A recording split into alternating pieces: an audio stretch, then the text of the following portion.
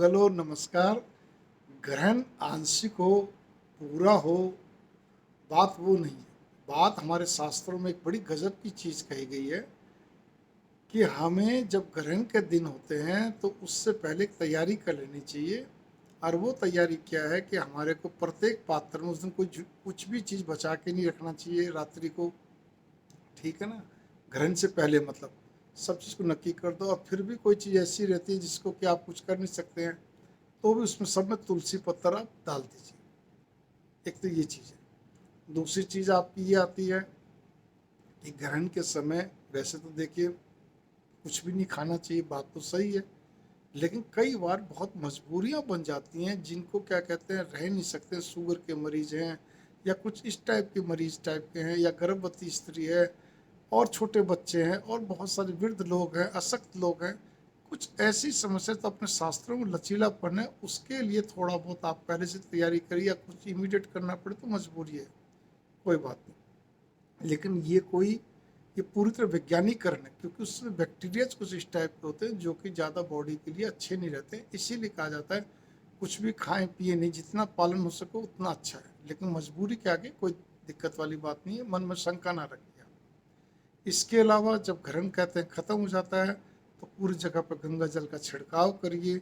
यदि आपके पास गंगा जल नहीं है तो मैंने ऐसा शास्त्रों में पढ़ रखा है, ऐसा सुन रखा है महात्माओं से, कि आप एक सादे जल को क्या कहते हैं अपने इष्ट देव जो जिसको भी आप मानते हैं, देवी देवता जिसको मानते हैं, उसका मंत्र अगर आपको आता है तो वो ठीक है।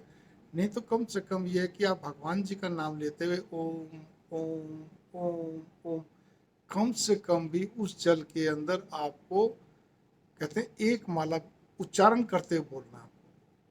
या आप यूँ समझ लीजिए कि कम से कम भी ओम ओम बोलते हैं 3 मिनट तो बोलना लगातार, उस जल को देखते हुए अपने सामने रख लीजिए या हाथ में रख लीजिए। और उसके बाद उस जल से सारे घर को छिड़का दीजिए। कोशिश करिए गंगा जल तो ज़्यादा अच्छा है। लेकिन जिस जगह गंगा जल नहीं है, अब मैंने एक और भी चीज़ आपको बताता हूँ।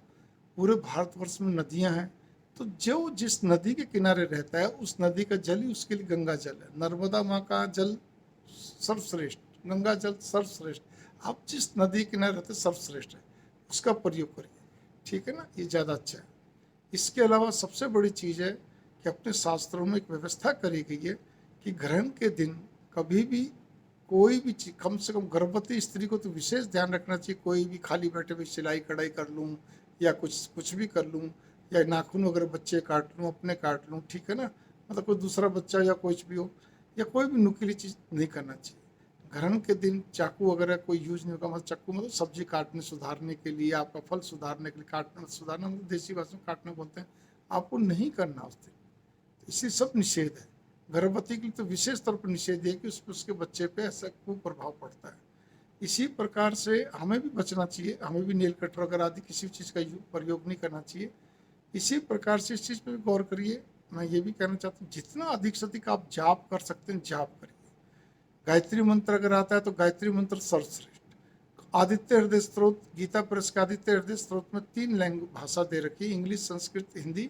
तो मैं तो कहूँगा अपनी मातृभाषा तो हिंदी है, लेकिन जिनको संस्कृत का ज्ञान हो वो संस्कृत पढ़िए। अब जिनको ना संस्कृत आती है ना हिंदी आती, तो उनके लिए तो इंग्लिश सही है, क्योंकि विदेशों में भी जाती है, तो इसीलिए तो आपको कम से कम भी 7 बार बैठ के पढ़ना चाहिए। अगर आप आलती पालती मार के बैठ नहीं सकते हैं तो कुर्सी बैठ के पढ़िए, आप कोई दिक्कत वाली बात नहीं है, यहाँ पे इतना तो चल ही सकता है। ग्रहण समाप्ति के बाद क्या कहते हैं आपको अच्छी तरह नहाना चाहिए। अच्छे फिर उसके बाद पाठ पूजा आप जो करना चाहे कर सकते हैं, लेकिन उस ग्रहण के दौरान में आपको जोत बत्ती कुछ भी नहीं करना। आपको किसी प्रकार का भी कोई भी पुस्तकों पे हाथ वगैरह उस ढंग से नहीं लगाना। मंदिर जो आपको पाठ करना पहले से रख लीजिए। फिर ध्यान देना, इसमें कोई भ्रमित होने वाली बात नहीं है। मेरे को अभी अचानक याद आया, भाई आपको आदित्य हृदय स्तोत्र पढ़ना है, आपको कोई अपने इष्ट देवी देवता को पाठ करना, वो पुस्तक को अलग रख लीजिए बस। आप मंदिर में बैठ के नहीं कर पाएंगे, ठीक है ना? क्योंकि वो सब अशुद्ध माना जाता है। उस ग्रहण के दौरान में आप हाथ नहीं लगा सकते हो। पवित्रता के हिसाब से आपको ग्रहण समाप्त हो, गंगा जल छिड़की या जो भी आपकी नदी का जल है, या जो मैंने तरीका बताया, मैंने क्या जो शास्त्रों ने एक सरल तरीका बताया वो करके फिर अच्छा सब जगह पे आपको भगवान का स्थान क्या, पानी भरने का स्थान क्या, रसोई घर में जितनी चीज़ें हैं, इसी प्रकार से और भी जगह जगह तुलसी का एक एक पत्ता रखते चलिए। अच्छा रहेगा, बढ़िया रहेगा। पानी के घड़े के अंदर भी तुलसी डाल दीजिए। भैया पानी इतना आजकल कीमती है, कीमती का मतलब एक एक घड़ा भर के पानी फेंका तो नहीं जाएगा ना, तो आप तुलसी दल डाल दीजिए। कुछ चीज़ें देश काल परिस्थिति के हिसाब से भी अपने आप को एडजस्ट करके चलना चाहिए। तो खाने की जो भी है चीज़ें हैं, उनमें तुलसी का पत्ता डाल दीजिए। बाकी घर के अंदर भी कहीं भी रख दें, अच्छी बात है। एक तो ये हो गया आपका। मैं सरल सरल चीज़ बता, अब आता है दान का उपाय। दान के उपाय में आपको क्या कहते हैं, सात अनाज भी दे सकते हैं आप आराम से। आप क्या कहते हैं, पहले तो मंदिर को लीजिए। मंदिर में आपको क्या कहते हैं, पंडित जी को जो है वहाँ भगवान को, पंडित जी के लिए वस्त्र जो है वो वस्त्र दीजिए पूरे। ये 1.25 मीटर और ये 1 मीटर ये अपने समझ में नहीं आता है, हालांकि देते हैं, एक चलन पर चल पड़ा। लेकिन मैं तो एक चीज़ कहता हूँ, उससे होगा क्या। कप कपड़ा दीजिए, इतना दीजिए कम से कम उसके उनके कुछ काम तो आए। तो आपने जैसे पजामा कुर्ता कपड़ा दे दिया, आपने कहता है कोई तांबे का पात्र भी देना है तो तांबे का पात्र वो दीजिए जो कि उनके काम आए। अब क्या होता है, मेरे को अच्छी तरह याद है, लोटे भी कभी कभी लोग इतने छोटे से ले लेते हैं। इतना सा ले लिया, इतने से लोटे से क्या होगा जी, आप बताइए। आप अगर आप लोटा लेना चाहते हैं तो कम से कम इतना लीजिए जिससे कि वो एक गिलास पानी है वो पानी पी सके उनसे ना, या उनके काम आए। ठीक है। इसी प्रकार से आपको जो भी क्या कहते हैं, जैसे गेहूँ है, गुड़ है, चना है, तिल है आदि, आपको जो भी कुछ आपको देना है, आप अपनी श्रद्धा अनुसार आप दीजिए, अपनी सामर्थ्य अनुसार दीजिए। श्रद्धा तो होती है, लेकिन सामर्थ्य अनुसार आप कितना देना चाहते हैं दीजिए। इसमें किसी पूछने की जरूरत नहीं होती है कि जी मैं कितना दूं अनाज। अजी आपकी श्रद्धा, आप एक एक बोरी पहुंचा दीजिए, क्या दिक्कत है। आपकी श्रद्धा है, आपके सामर्थ्य भी खाली 100-100 ग्राम देने की, आप 100-100 ग्राम दे दीजिए। अपने ऊपर डिपेंड करता है, निर्भर करता है, मन की बात है। पूछ के करोगे तो कुछ नहीं हल निकलना। ठीक है ना। इसी प्रकार से फिर हमें पशुओं के लिए भी रखना चाहिए। पशुओं क्या क्या चीज़ देनी है, कोई बहुत बड़ी चीज़ नहीं है। अपने जो चौपाए पशु उनको तो गुड़ और आटा, गेहूँ, सॉरी गुड़ दे दीजिए, सबसे बढ़िया चीज़ है। चारा वगैरह तो होता ही है, लेकिन बाकी गुड़ जरूर देना है इस दिन। इसी प्रकार से जलचर पशु जो होते हैं, मछली मछली जो होती हैं आपके, जैसे भी अगर आसपास नदी है, तालाब आदि पड़ा है, तो उसके अंदर आप थोड़ा बहुत आटा और इस तरह की चीज़ें आप डाल सकते हैं। चींटियों के लिए भी क्या कहते हैं, आपका शक्कर है, जो भी खांड है, जो भी कुछ है, मीठा पानी लेके आप कर सकते हैं, वहाँ पर आप उनको डालिए। ठीक है ना। आपको तिल है तो तिल बुरका, तिल और मिश्रित खांड मिश्रित चीनी मिश्रित जो भी कुछ है, उसमें चीनी भी चल सकता है, आप बुरका दीजिए वहाँ पर। ठीक है। लेकिन वो ऐसी जगह बुरकाई जहाँ पे चींटियों का कोई घर सा हो। लेकिन बिल्कुल पेड़ के अंदर अगर आप बुरकाएंगे तो चींटियाँ उसमें और लग जाएंगी, पेड़ खत्म हो जाएगा। पेड़ पौधे जो होते हैं, ठीक है ना, तो इनके अलग से होते हैं।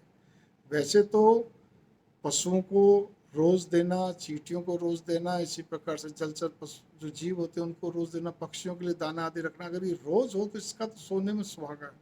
इसका तो कहना ही क्या आपके लिए। लेकिन ठीक है, कई जगह ना पशु नहीं मिलते, बड़े शहर ऐसे होते हैं, पक्षी भी बहुत मुश्किल से आते हैं, सब कुछ है। तो कोई नहीं, आप नियम बना लीजिए भाई, हफ्ते में छुट्टी वाले दिन, 15 दिन में या महीने में जाके भी आप क्या कहते हैं दे सकते हैं।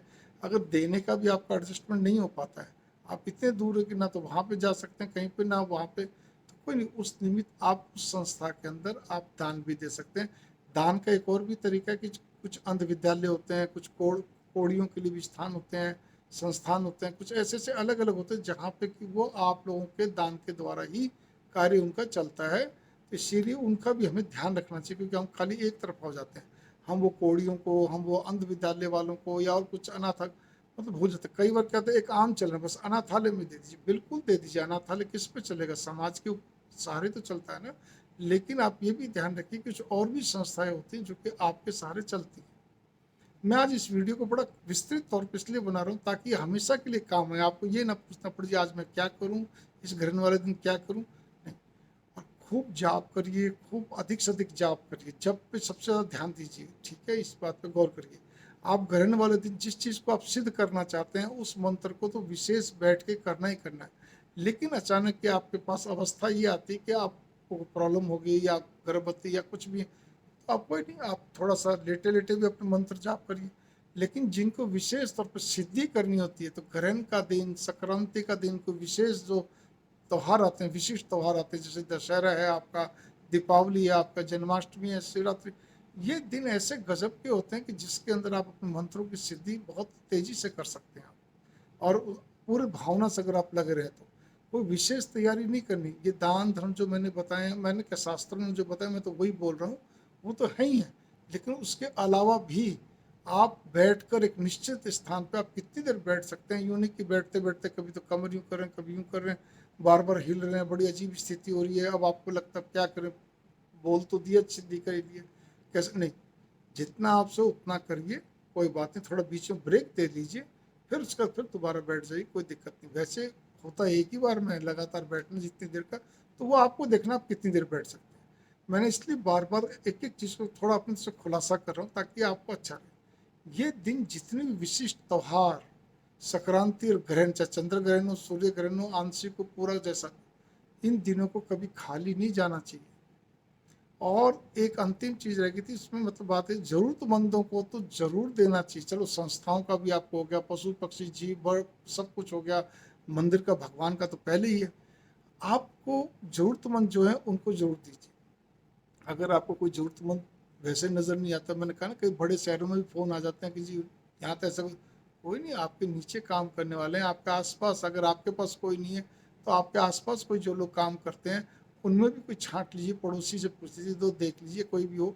आप जिस सोसाइटी में रहते हैं उस सोसाइटी में भी लोग होते हैं, काम करने वाले होते हैं और बहुत सारे लोग होते हैं, आप दे सकते हैं, ठीक है ना।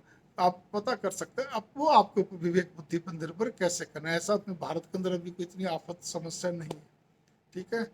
और एक और भी चीज़ है, इस दिन जितना आप शांत भाव से बैठे रहेंगे, मतलब चुपचाप रहेंगे, जितना आप क्या कहते हैं कि प्रभु स्मरण में लगे रहेंगे, जितना आप क्या कहते हैं कोई मनन अध्ययन में लगे रहेंगे, उतना अच्छा है। आपको मैं एक चीज़ फिर कहना चाहता हूँ, जो भी इष्ट का पाठ आप करते हैं उसको लगातार, जैसे आदित्य हृदय स्तोत्र ले लीजिए, मैंने जैसे पहले जिक्र करा, इसको कम से कम 7 बार पढ़िए। आप राम रक्षा स्तोत्र करते हैं, आप कोई भी स्तोत्र कवच कुछ भी करते हैं उसको अधिक से अधिक पढ़िए, सहस्त्र नाम करते हैं उसको अधिक से अधिक पढ़िए। आप उसके अलावा जाप अधिक से अधिक करिए। और जब ये ग्रहण वगैरह खत्म हो जाए, समाप्त हो जाए, क्योंकि बाकी त्योहारों में तो कोई दिक्कत नहीं है, ग्रहण के अंदर बस ये कि आप और कुछ अग्नि नहीं जला सकते, वो नहीं कर सकते, इस तरह जो भी है ना, जितना मतलब प्रयास रहे, तो फिर आप उसका हवन जरूर करिए। आप क्या कहते हैं विद्वानों को बुला के भी कर सकते हैं। मैं यहाँ पे थोड़ा सा एक बात और मैं कहना चाहता हूँ कि आप बच्चों को भी और आप भी इस चीज़ पे गौर करें। जैसे होता है ग्रहण के दिन ऑफिस खुले रहते हैं, आपके बिजनेस भी रहता है, सब कुछ रहता है, कई चीज़ों का देश काल परिस्थिति से पालन नहीं हो पाता है, तब भी बस मैं इतना ही कहना चाहता हूँ, जितना हो सके उतना करिए। उस दिन अगर आप हर रोज़ कहते हैं अपने समय के हिसाब से उठते, उस दिन थोड़ा और पहले उठ जाइए। आप यही करिए ना, और पहले उठ जाइए, वो आपके लिए अच्छा रहेगा। उस दिन कोशिश करिए, आप जा रहे हैं आ रहे हैं, अधिक से अधिक जाप करिए। वैसे तो रोज़ करना चाहिए, चलते फिरते भी बैठ के भी, इस तरह जितना पालन हो सके करिए। देश काल परिस्थिति के हिसाब से अपने शास्त्र बहुत लचीले हैं, बहुत बढ़िया हैं, उसी हिसाब से आप चलेंगे तो आपके लिए अच्छा रहेगा, बढ़िया रहेगा। मंगल कामना, नमस्कार।